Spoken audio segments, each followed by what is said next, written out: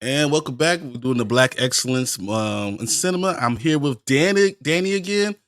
The road to wisdom. He's doing all this stuff. You want to shout your channels real quick?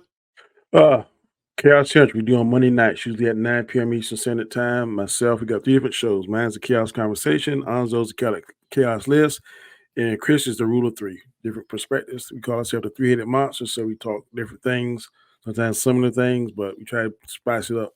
That on the Hangout, I'm on the OC sometime with Anzo, but sometimes Anzo's topics be more than I can talk about in my current law enforcement capacity. So when it's a calm topic, I try to jump on there. But whenever it's something radioactive, I kind That's a of shy smart away man from right there, guys. that. Then of course Fridays we do what we call a ranking, where it can be any kind of topic, any kind of topic. It don't matter. I think last one we did together was martial artists, and I was like, what in the world? Because Bruce Lee wasn't even the top three. I Yeah, couldn't that's believe. that's nuts. That's nuts. I Yeah. don't care what you said. That was Alonzo don't like Bruce Lee, so he's like, nope, he ain't gonna. I'm like, what?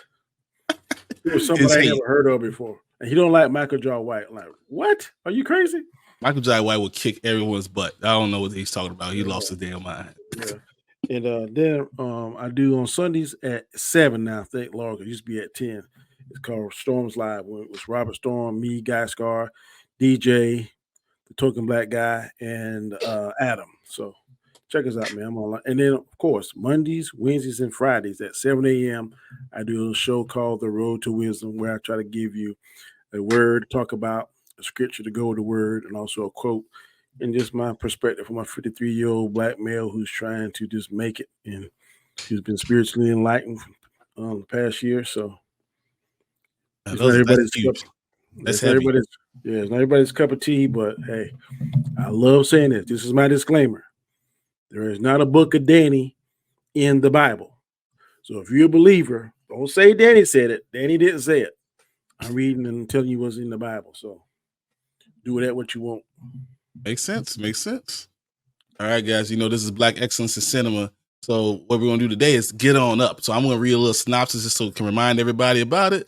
But come on, you know this is James Brown and this is Chadwick Boseman playing James Brown. So we got James Brown was born in extreme poverty in 1933, South Carolina, and survived abandonment, abuse, and jail to become one of the most influential musicians in the 20th century.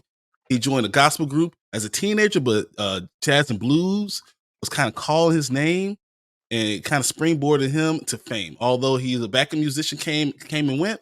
Brown retained the ability to mesmerize audiences with his music, signature moves, and sexual energy. That's what it This was. I mean, this this movie movie. taught me about James Brown. I didn't know he had two different bands. When I Mm-hmm. was growing up, he had like the original, I think the JBs, what he called them, was the first band. Yep. And then he had Bootsy Collins and those guys. I did Came not know afterwards. that. Yeah. I was And you like, think about Bootsy, how big he became, and yeah. you know the P I'm Funk, like, and you yeah, going with George Clinton and all that stuff. I mean, yeah. James I Brown was like, I brought a did not lot of know people.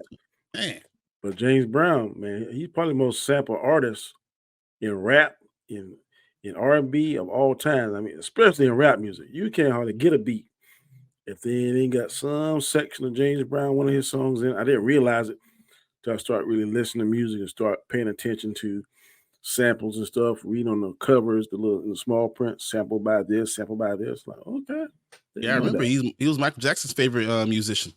Yep, I've Michael seen it. loved him. He was like, dude, this everything he did, I'm gonna copy that. Yep, And I mean, if that's the greatest entertainer of all time, and that's the your greatest entertainer of all time's favorite musician, that tells you yep, something what he is. yeah, it does. Um, And then this Chadwick Boseman, he when I just first when I first heard him, I was like, I don't know if he can do James Brown, because James Brown, he didn't have the look. He didn't look nothing like James Brown. I think he was taller than James Brown. yep. Um, I said, how you gonna get the vernacular and the verbiage? Because And he's James not a Brown was, dancer. He's kind of a yeah, he's kind of straight up. And yeah. you don't see him as moving and doing all that stuff.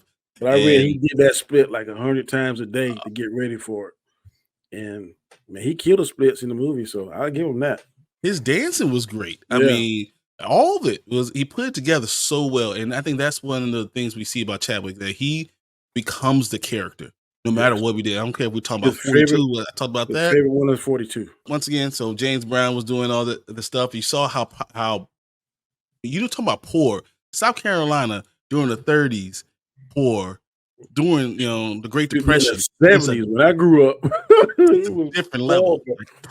Man, I had to work tobacco fields every summer. Really?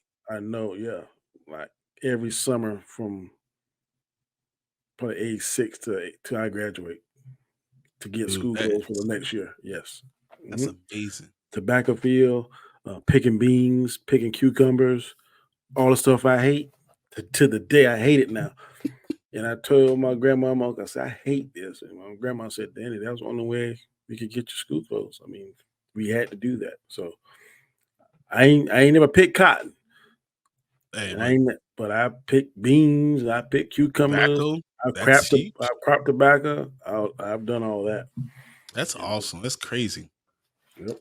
What do you think? So the movie really starts really with James Brown gets into church, and I think that's something that's missing a lot in today's culture. That the church hasn't had the same level of importance in our culture.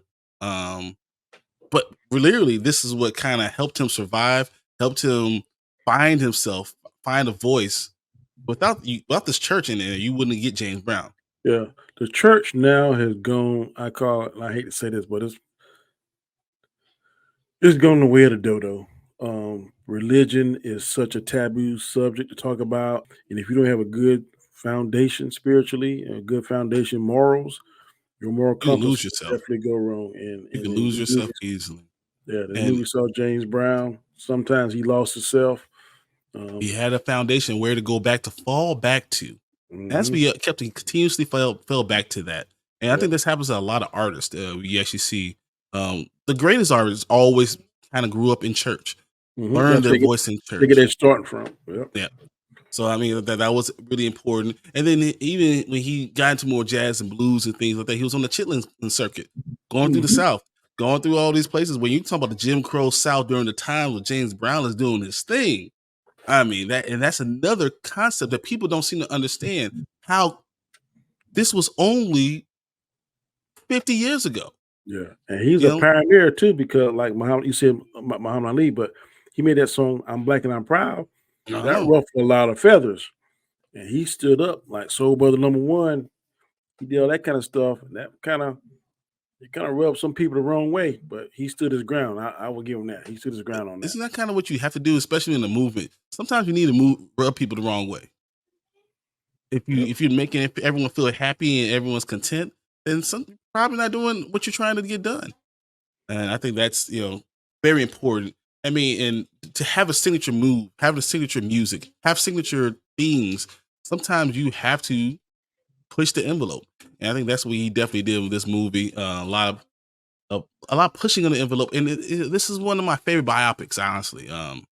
Like when I start ranking them, it's Malcolm X, Ray, and Gilding Up is up there too for me. I really enjoy seeing how he goes about his life and how he has that foundation still. So in box office wise, it only made $33 million. But when you go on Rotten Tomatoes, it's 81%. So that means people like the movie, but people still didn't understand, and James Brown's still controversial. So it wasn't one of those things that we got a lot of people going to understand who he was. A lot of people went out in droves to go see it, even though he's one of the greatest artists of all time.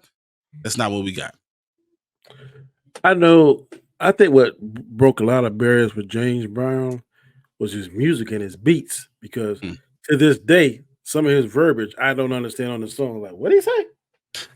But the beat is so fire, and so it makes you want to dance. Most of James Brown's songs make you want to dance. Do the little James Brown shuffle. If I do the split now, I'll kill myself. But 30 years ago, I could do the split. But that's what I think broke down a lot. Because in the movie, you saw him performing whites, blacks on these white shows, like Ed Sullivan show and that kind of stuff. Man, his beats, man, was tight, and he was like a drill instructor with his band and stuff.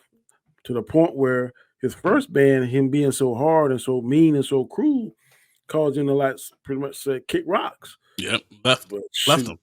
about what 2 days later, he had another whole band, and they wouldn't really catch on at first. I remember that, but then he started getting on my stuff, and then they in some ways they were better than the first band, and they did their own little different things, but they finally got in tune with it.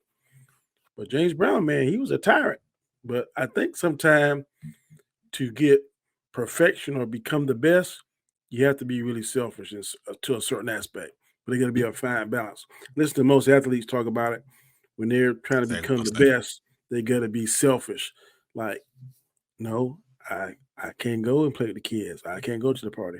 I got to go and practice. I got to go and catch 100 balls. I got to go and shoot 100 shots. I got to hit 100 balls, whatever the case should be. And it sounds selfish, but I think you have to be that to a certain extent to bring out the best in you. And I think James Brown, that was one of the things to bring out the best in him because he came from a bad background. I think his dad left him. I think his mama gave him away. And he had to Gave him go away. stay in the whole Yep. house. Yep. So I mean, when you do that kind of crazy stuff, man, it's like, hey, I got to worry about me. Yeah, but you have to have a different level. I think all the greats have a different level that they're going to kick in, and they're going to demand you to be as good as them, to put in that same effort. And Mm-hmm. sometimes it takes someone to be that type of leader to get Yeah, the best out of you. yeah, That's, I I mean, agree. I think that's, and you see it all the time. I mean, we talk about Michael Jordan because Michael Jordan is my favorite athlete. Mine too.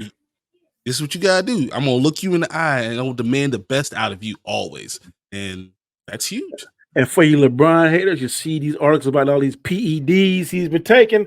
I try to tell you. So hey, I'm just saying, I ain't never heard that about Jordan.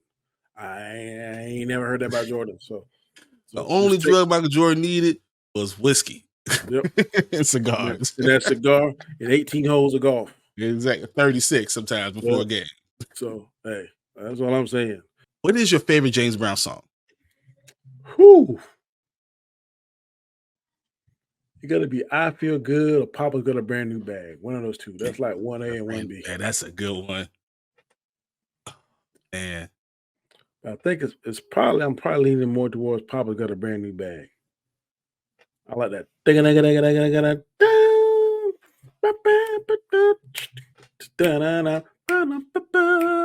Hey, that's that that might be jazz and that's a funk with fire, soul, but that's that's a funk. fire beat, I don't. boy. I I think don't he know. had something to do with his song. I can't think of the woman's name, but the name of the song is called Think.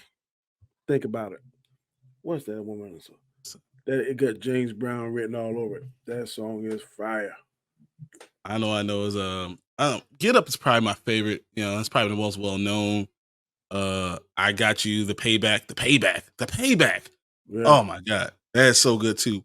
But yeah. It's a bunch of it's a man's world. it's a man's. Oh my goodness. Whew. But there's Yeah. not. It's nothing. Hey, hey, that Oh, song. He got so many, man. Yeah. love it. I love it.